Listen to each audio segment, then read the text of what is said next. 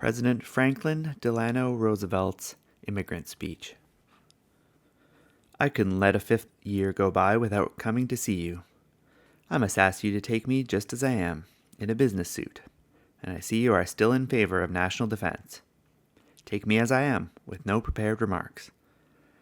You know, as a matter of fact, I would have been here to one of your conventions in prior years, one or more, but it is not the time that it takes to come before you and speak for half an hour. It is the preparation for that half hour. And I suppose that for every half-hour speech that I make before a convention or over the radio, I put in 10 hours preparing it. So I have to ask you to bear with me, to let me just come here without preparation to tell you how glad I am to avail myself of this opportunity, to tell you how proud I am, as a revolutionary descendant, to greet you. I thought of preaching on a text, but I shall not. I shall only give you the text, and I shall not preach on it. I think I can afford to give you the text because it so happens, through no fault of my own, that I am descended from a number of people who came over in the Mayflower. More than that, every one of my ancestors on both sides, and when you go back 4 generations or 5 generations, it means 32 or 64 of them, every single one of them, without exception, was in this land in 1776, and there is only one Tory among them.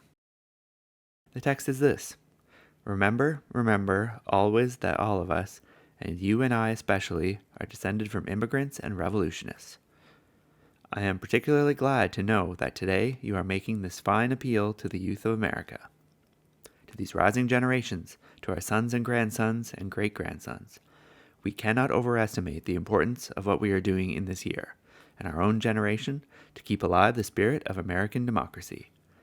Spirit of opportunity is the kind of spirit that has led us as a nation, not as a small group, but as a nation, to meet the very great problems of the past. We look for a younger generation that is going to be more American than we are. We are doing the best that we can, and yet we can do better than that.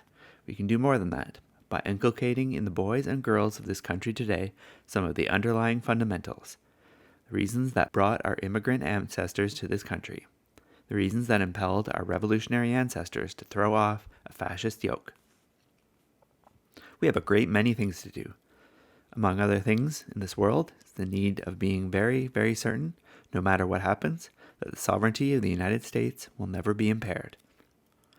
There have been former occasions, conventions of the Daughters of the American Revolution, when voices were raised, needed to be raised, for better national defense. This year, we are raising those same voices, and I am glad of it. But I am glad also that the government of the United States can assure you today that it is taking definite, practical steps for the defense of the nation.